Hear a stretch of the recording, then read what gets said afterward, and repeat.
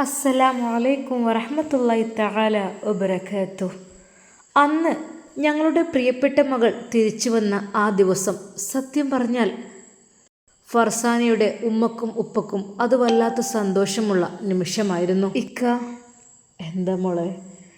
എന്നാലും നമ്മളെ കുട്ടി തിരിച്ചു വന്നല്ലോ അല്ലേ? പടച്ച റബ്ബിനോട് ഞാൻ സ്തുതിച്ചുകൊണ്ടേയിരിക്കുകയാണ്. സാരല്ല, നമ്മുടെ കുട്ടിക്ക് ആ ഒരു പ്രായത്തിൽ അങ്ങനൊരു തെറ്റ് പറ്റിപ്പോയി. പക്വത ഇല്ലാത്തത് കൊണ്ടായിരിക്കും. ഫാത്തിമ പെണ്ണെ, ഇനി നീ അതിനെക്കുറിച്ചൊന്നും അവളോട് പറയരുത് കേട്ടോ. കാരണം അവൾ ആളാകെ മാറിയിട്ടുണ്ട്. സത്യം ഇക്ക, അവൾ മൊത്തത്തിൽ മാറിയിട്ടുണ്ട് അല്ലേ? ഇവിടെ നിന്ന് പോയ ആ ഒരു മെലിഞ്ഞ പെൺകുട്ടിയല്ല അവളിപ്പോൾ തടിച്ചു കൊഴുത്ത് സത്യം പറഞ്ഞാൽ ഒരു അറബിച്ചു കുട്ടിയായി മാറിയിരിക്കുന്നു. അതെ, അറബ് നാട്ടിലല്ലേ? എന്തൊക്കെ തന്നെയാലും മോളോട് നമുക്ക് വിശദമായി എല്ലാം ചോദിച്ചറിയാം. പിന്നെ മറ്റതിനെക്കുറിച്ച് ഇനി പറയണ്ട കേട്ടോ, ചിന്തിക്കൊന്നും വേണ്ട. കാരണം അവൾക്ക് ഒരു ഓർമ്മ അവളെ മനസ്സിൽ വേണ്ട. എന്തോ ഒരു ഭാഗ്യത്തിന് അവൾ കഴിച്ചിലായതല്ലേ, ഗൾഫിൽ പോയി പെട്ടതല്ലേ. എന്തൊക്കെ തന്നെയായാലും നമുക്ക് എല്ലാം സാവകാശം ചോദിച്ചറിയാം. ഇക്ക ആയിക്കോട്ടെ, അതിനൊന്നും എനിക്ക് കുഴപ്പമില്ല. ഞാൻ എന്താണെന്ന് വെച്ചാൽ ചെയ്തോളാം. എടീ, എന്തിക്ക? എൻ്റെ മനസ്സത്തെ ആഗ്രഹമായിരുന്നു. പക്ഷേ സാരല്ല, ഇനി നോക്കിയിട്ട് കാര്യമില്ല. ഇക്ക, സത്യമായിട്ടും ഉസ്താദ് എന്ന് പറഞ്ഞാൽ എനിക്കും എൻ്റെ മനസ്സിലെ ജീവനാണ്. അതായത് ഉസ്താദ് എന്ന ആ ഒരു സ്വപ്നം, അത് വല്ലാത്തൊരു എന്തെന്നറിയില്ല. സാധാരണക്കാരെ നമ്മൾ ഇഷ്ടപ്പെടുന്നതിനേക്കാൾ ഒന്നും കൂടി അവരെ ഇഷ്ടപ്പെടാൻ കാരണം മറ്റൊന്നുമല്ല. കാരണം അവരുടെ നടപടിക്രമങ്ങളും അവരുടെ ജീവിതചര്യവും എല്ലാം വെച്ച് നോക്കുമ്പോൾ നമുക്ക് ഈ ലോകത്തും പരലോകത്തും ഏറ്റവും കൂടുതൽ സമാധാനവും സന്തോഷവും ഓല കൂടെ ജീവിക്കുമ്പോഴാന്ന് തോന്നിപ്പോവും. എടി പെണ്ണെ, അത് നിനക്ക് എൻ്റെ കൂടെ ജീവിച്ചിട്ട് തോന്നുകയാണ്. ഇക്ക, അങ്ങനെയല്ല. വിവാഹത്തിന് മുമ്പേ എനിക്കങ്ങനെയായിരുന്നു എൻ്റെ സ്വപ്നം. അതെ, ഒരു ഉസ്താദിനെ കല്യാണം കഴിക്കണം. ഉസ്താദിനെ കല്യാണം കഴിച്ചാൽ അദ്ദേഹത്തിൻ്റെ കൂടെയുള്ള ജീവിതം എന്ന് വെച്ചാൽ ഒരു പക്ഷേ സാധാരണക്കാരെക്കാളും ഒന്നും കൂടി മെച്ചപ്പെട്ടതായിരിക്കും. ഒരുപാട് സാമ്പത്തികം, ക്യാഷ് എന്നല്ല, അവരുടെ ആ ഒരു നമ്മോടുള്ള ആ ഒരു സ്നേഹവും കാര്യങ്ങളും ഹെൽപ്പും എല്ലാം കൂടി നോക്കുമ്പോൾ അവർ പഠിച്ചവരല്ലേ. പടച്ച റബ്ബ് കൽപ്പിച്ച കാര്യങ്ങൾ, മുത്ത് ഹബീബ് സല്ലല്ലാഹു അലൈഹി വസല്ലം പറഞ്ഞ കാര്യങ്ങൾ എല്ലാം അവർ സുന്നത്തൊക്കെ എടുക്കുന്നവരല്ലേ. അതുകൊണ്ട് തന്നെ ഭാര്യമാരോടും മക്കളോടും എല്ലാവരോടും നല്ല സ്നേഹത്തിലുള്ള പെരുമാറ്റവും കാര്യങ്ങളൊക്കെ ആയിരിക്കും. എന്താണെന്നറിയില്ല, ഉസ്താദ് എന്നുള്ളത് എൻ്റെ മനസ്സിൽ വല്ലാത്തൊരു ആഗ്രഹമായിരുന്നു. ഇക്ക, പണ്ടത്തെ കാര്യമൊക്കെ നീ പറഞ്ഞ് അതെ, അൽഹംദുലില്ലാ, എൻ്റെ പ്രാർത്ഥന പോലെ തന്നെ അങ്ങ് എൻ്റെ ജീവിതത്തിലേക്ക് വന്നു. പിന്നെ എൻ്റെ ആഗ്രഹം എൻ്റെ മക്കൾക്കും അതുപോലെ സ്വാലിഹായ ഭർത്താക്കന്മാർ വേണമെന്ന് തന്നെയായിരുന്നു. ഇക്ക, ഒന്നുകൊണ്ടുമല്ല, ഇപ്പോഴത്തെ കാലത്തെ കള്ളും കഞ്ചാവും മയക്കുമരുന്നൊക്കെ ആയിട്ട് ജീവിക്കുന്ന ഈ ഒരു കാലത്ത് സ്വാലിഹായ ആൺകുട്ടികളെന്ന് പറഞ്ഞാൽ കിട്ടാൻ പ്രയാസമാണ്. അതുകൊണ്ട് തന്നെ ഞാൻ നമ്മുടെ മോൾക്കും അങ്ങനെ ആണെന്ന് ഞാൻ വിചാരിച്ചിരുന്നു. പക്ഷേ അവളുടെ കണ്ണുകൾ നിറഞ്ഞൊഴുകുന്നത് ഉസ്താദ് കണ്ടു. കരയല്ലേ ബീവി, എൻ്റെ ബീവി കരഞ്ഞാൽ എങ്ങനെ? കരയാൻ പാടില്ല. നമുക്കൊരു പരീക്ഷണം എന്ന് കൂട്ടിയാൽ മതിടി. പടച്ച റബ്ബ് എന്നാലും അവൻ്റെ കയ്യിൽ നിന്നൊക്കെ രക്ഷപ്പെട്ട് അവൾ ഗൾഫിലെത്തിയല്ലോ, റാഹത്തായില്ലേ മോളെ. തൻ്റെ ഭർത്താവിൻ്റെ ആ ഒരു വാക്കുകൾ കേട്ട് ഫാത്തിമ കണ്ണുകൾ തുടക്കുന്നു. ഇനി കരയണ്ട. നമ്മുടെ മോൾക്ക് നല്ലൊരു ജീവിതം ഉണ്ടാകാൻ വേണ്ടി നമുക്കിനി പ്രാർത്ഥിക്കുകയാണ് വേണ്ടത്. കഴിഞ്ഞതെല്ലാം കഴിഞ്ഞു. ഇക്ക, അവൾക്ക് ഇനി എങ്ങനെ ചെക്കനെ കിട്ടാനാണ്? അതൊക്കെ എല്ലാവരും അറിഞ്ഞ കേസല്ലേ. അതുമല്ല, ഒരു ഹിന്ദു യുവാവിൻ്റെ കൂടെ പോയെന്നൊക്കെ പറഞ്ഞ് ആരെങ്കിലും എടുക്കുമോ? ഒന്ന് ആലോചിച്ച് നോക്കിക്ക. അത് സാരമില്ല, അവൾ പൊറുക്കലിനെ തേടിയിട്ടുണ്ടാവും. നമ്മളും പൊറുക്കലിനെ തേടുന്നുണ്ടല്ലോ. അതുകൊണ്ട് തന്നെ പടച്ച റബ്ബ് ഓൾക്ക് ഹൈറായൊരു ഭർത്താവിനെ കൊടുക്കട്ടെ.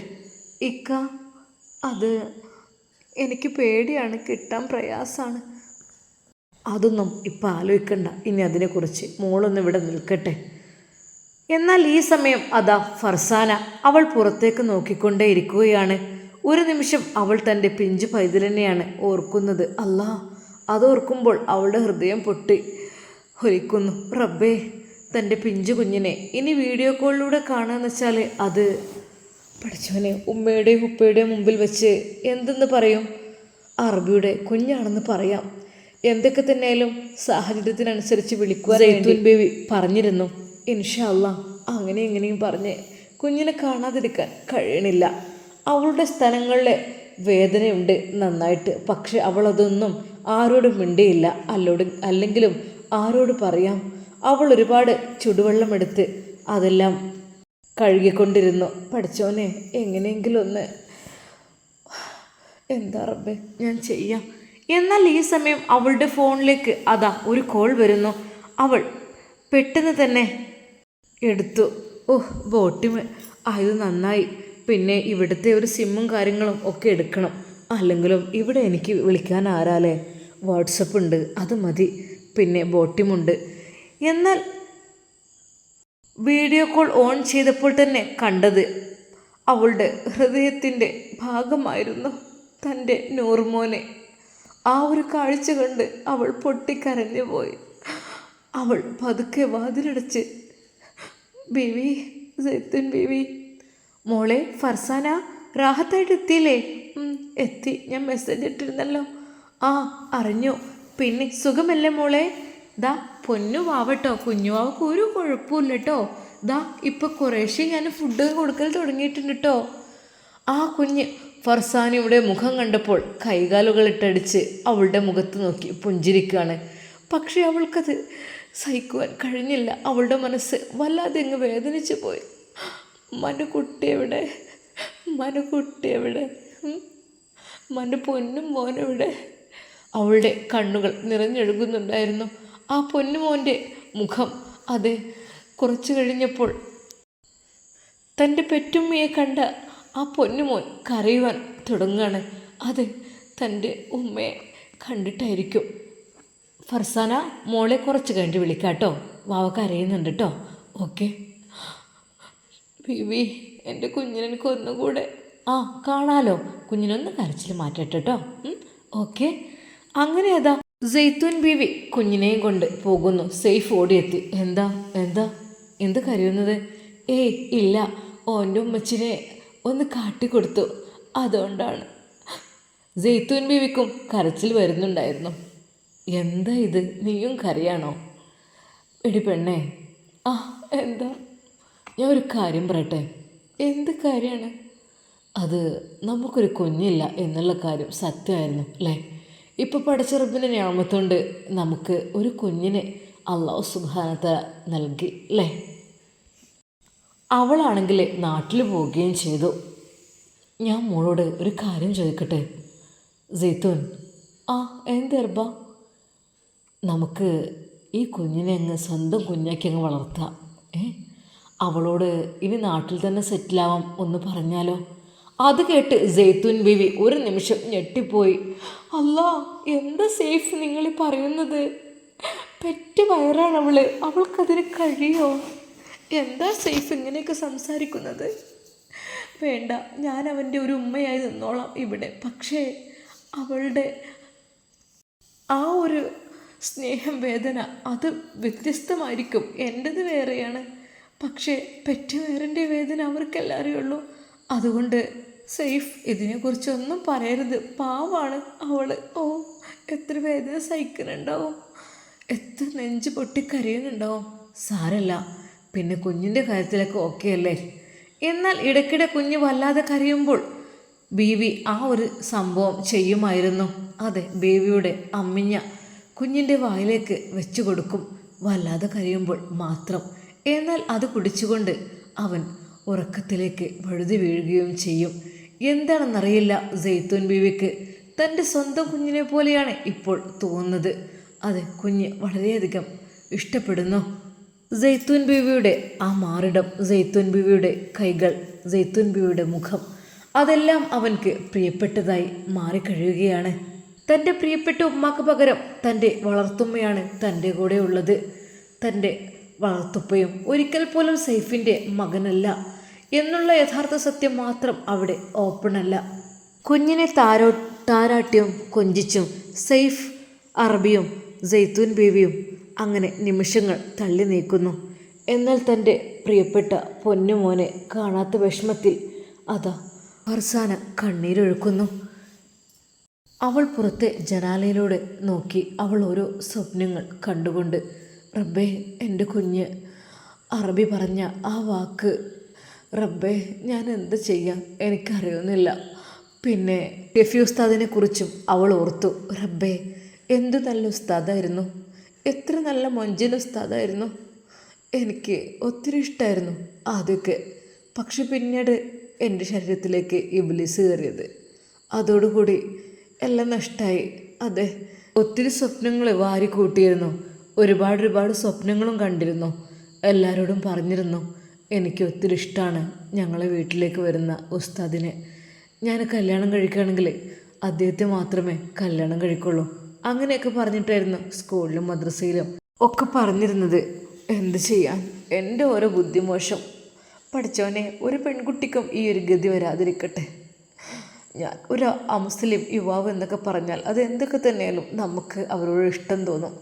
അവർ നമ്മളെ കൂടുതൽ ഇഷ്ടപ്പെടുത്താൻ വേണ്ടി അഭിനയിക്കുകയും ചെയ്യും. പക്ഷേ ചതികൾ നമ്മൾ അറിയുന്നില്ല.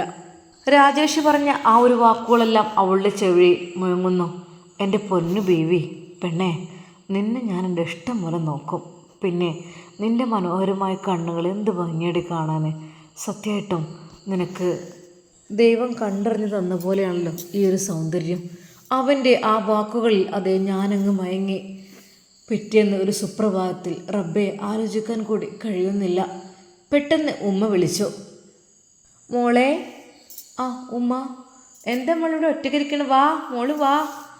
ഏയ് ഉമ്മ, പിന്നെ ആകാശത്ത് കാണുന്ന ആ ഒരു ചന്ദ്രന് എത്ര ഭംഗിയാണല്ലോ ഉമ്മ. എന്താ മോളെ നീ ഇങ്ങനെയൊക്കെ പറയണത് ഇപ്പോൾ? അത് പിന്നെ ഇല്ലാതിരിക്കുമോ? പൂർണ്ണ ചന്ദ്രനല്ലേ. സത്യം പറഞ്ഞാൽ മാഷാ അല്ലാ പൊന്നുമോളെ, മോളോടൊരു സത്യം പറയാം, എനിക്ക് പേടിയാണ് നിൻ്റെ മുഖമൊക്കെ കണ്ടിട്ട്. നന്നായിട്ട് വട്ടമുഖത്തിൽ തടിച്ചു വന്നിരിക്കുന്നു. അതുകൊണ്ട് ഉമ്മാൻ്റെ കുട്ടി വല്ലാതെ പുറത്തേക്കൊന്നും ഇറങ്ങില്ല കേട്ടോ. ഇല്ല ഉമ്മ. മോളെ, ഉമ്മാൻ്റെ കുട്ടിക്ക് ഉപ്പ പറയണ്ടേ ഒരു കല്യാണാലോചനയെ പറ്റി. എന്താപ്പോ വേണ്ടിയത് ഉമ്മ? അവളുടെ കണ്ണുകൾ നിറഞ്ഞൊഴുകി. അതെ, അവളൊരു ഉമ്മയാണ്. ഒരു കുഞ്ഞിനെ ഉപേക്ഷിച്ചിട്ടാണ് ഇങ്ങോട്ട് വന്നിട്ടുള്ളത്. ഉമ്മ നിങ്ങളെന്തേ പറയണത്? മോളെ പിന്നെന്താ, മോളുടെ കൂടെ പഠിച്ചവർക്കൊക്കെ കുട്ടികളായി തുടങ്ങി. ഇപ്പോഴും മോള്. ഉമ്മ അത് സാരല്ല, കുഴപ്പമില്ല ഉമ്മ.